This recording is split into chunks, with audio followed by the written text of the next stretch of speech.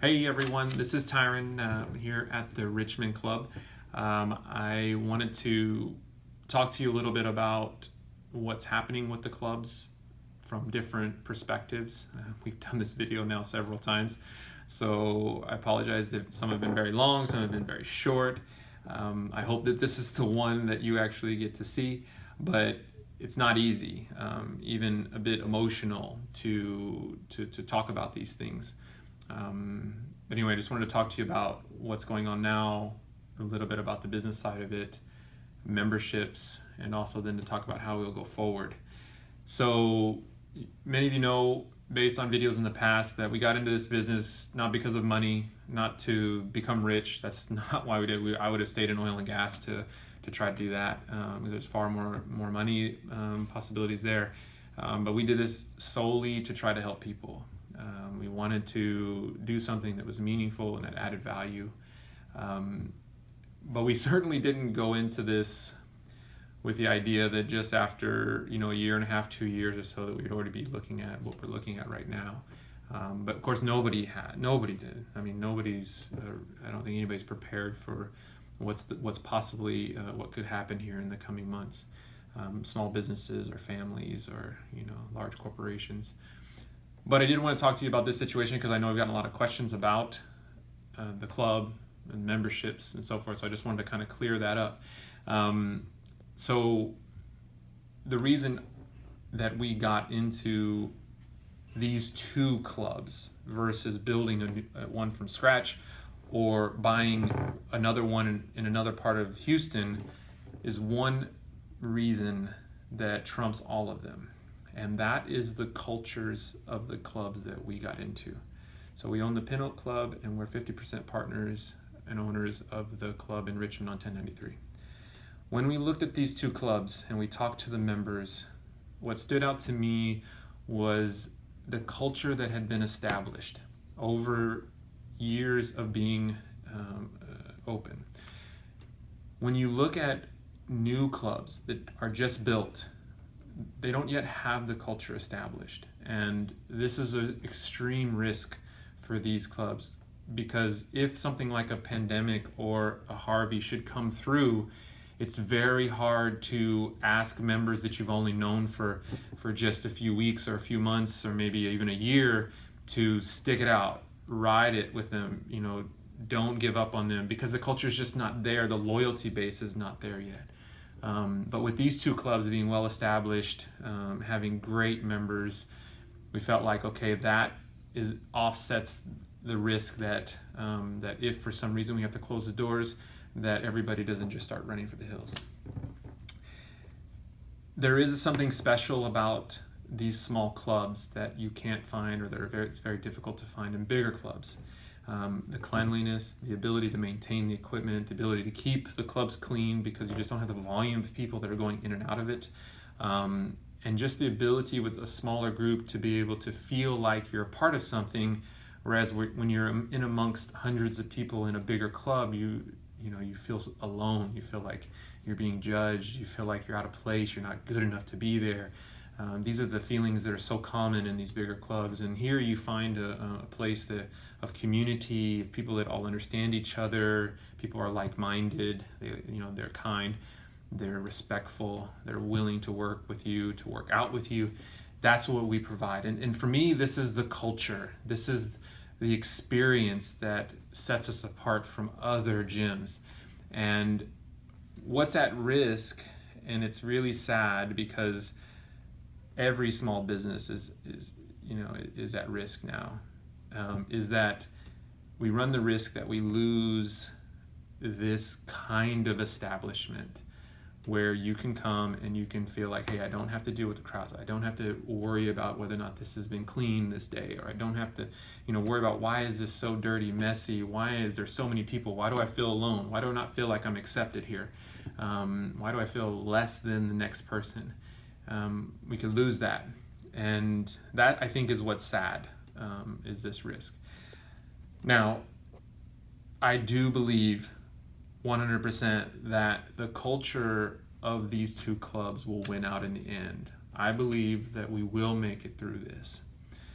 So how to go forward, because we also need to be fair to all of our members. We can't just simply say, hey, you just keep on paying for dues because you're such great members. That's also not fair to you. We have different types of agreements in place. We have some people that are on month-to-month agreements. We have some people that are on long-term contracts. We have some people that have paid for their membership, for a full year in advance. Those are few, but we have a few of them that are in this boat. So how to deal with him? So each one is a little bit different, but the general principle that we're going to follow and that we believe is right, and what we've received from the corporate office Anytime Fitness, is that you should not lose any of that money that you put towards the clubs and not be able to have the clubs available for you. Meaning that, for example, if you're a contracted member, someone who's signed with us for a year or 18 months or whatever it might be, and you're not able to use the club for a month, then what we would simply do is that at the end of your agreement, as an option, is that we would give you a free month at the end of your agreement. So instead of having 12 months on your agreement, you'd have 13 months, with that 13th month being free. If it is that it's 2 months or 3 months, God forbid it goes that long, because then we're really in trouble. But if it's 3 months or longer, then of course we'll tag on those 3 months or however long it is to the end of your agreement, and you won't be charged for it. Okay, so you get the value for your money that you're putting in. Now, the other options is freezing the accounts, which is where we simply don't draft any funds from your accounts while this situation is going on. That will probably be something applicable to our month-to-month agreements that we have out there.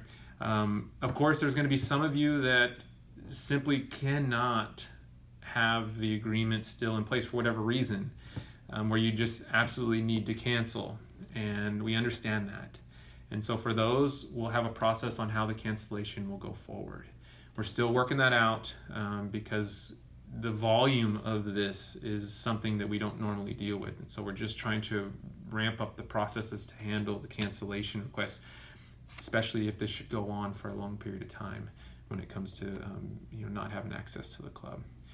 Of course, we're talking to our creditors, people that that we pay our expenses to see how we can get reprieves, how they can be partially paid, these types of things. So it's just kind of a trickle effect, right? When you don't have the membership dues or the personal training revenue coming in, then you don't have enough money to be able to pay out your expenses. And so what you do is you contact those people you owe money to, and you ask them, can we pay you a little, or can we push to the end of our agreement some of our payments that we're obligated to? And then we rest on the mercy of those creditors to see, is that possible? Now, of course, the government is coming in and saying, hey, we mandate that you don't turn off electricity, we mandate that you don't evict people, and so forth and so on.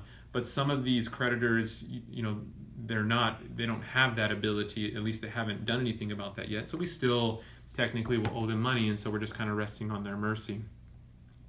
And so we're doing what we can to, as membership revenue comes down, that the outgoing base operating expenses for the business also come down. And hopefully it's temporary, so that as the membership dues come back up, then we can start to bring up the expenses. But of course, if the membership dues drop significantly because we have a mass run on cancellations against the club, then we won't be able to pay our expenses. And if this gets drawn out for weeks and months, eventually those creditors, they're going to be in the same boat. They're going to be saying, hey, look, I can't keep my doors open, I can't keep my people employed if I don't have money coming in. So of course they're going to mandate that you pay those bills. And so that's when businesses start to go out of business, when they start to file bankruptcy. And the sad thing is that when that happens, these types of institutions, these small businesses, the businesses that really care about the individual that comes into their business, they just simply won't be there at the tail end of this. Now, new businesses will start up. It will be something that I'm sure will be just a new normal out there. But this Anytime Fitness and Anytime Fitness and Katy, there's a real risk, that this kind of a club that we love so much and that we've bought into and that we have a history with, and the memberships that the people we know, our family, that won't be there, and so we're hoping that you as members of this club will do whatever you can. And again, we're going to be fair, and we're going to do everything we can, because we know some of you are in worse shape than we are. But if whatever you can do will help us, even if it's just a little, will help us in being able to have the clubs available for you when we open after the end of this. So we're going to do everything we can to continue to add value to you. We're going to have virtual classes. We're going to have training, workouts, and programs that you can do from home. Some of those have already been posted online. Please look at our Facebook and Instagram social media outlets for that. We want to give you as much as we can, even if you're not a member of our club. Even if you should have to cancel, you still have access to all of this. Okay? Because even if you're not a member, technically, even if you cancel, you're still part of our family. And yeah. We want that to continue. So, going forward, I hope we have many, many more of these videos where we talk about a lot more positive things. And so, until next time, we'll see you hopefully in the club very soon. Bye-bye.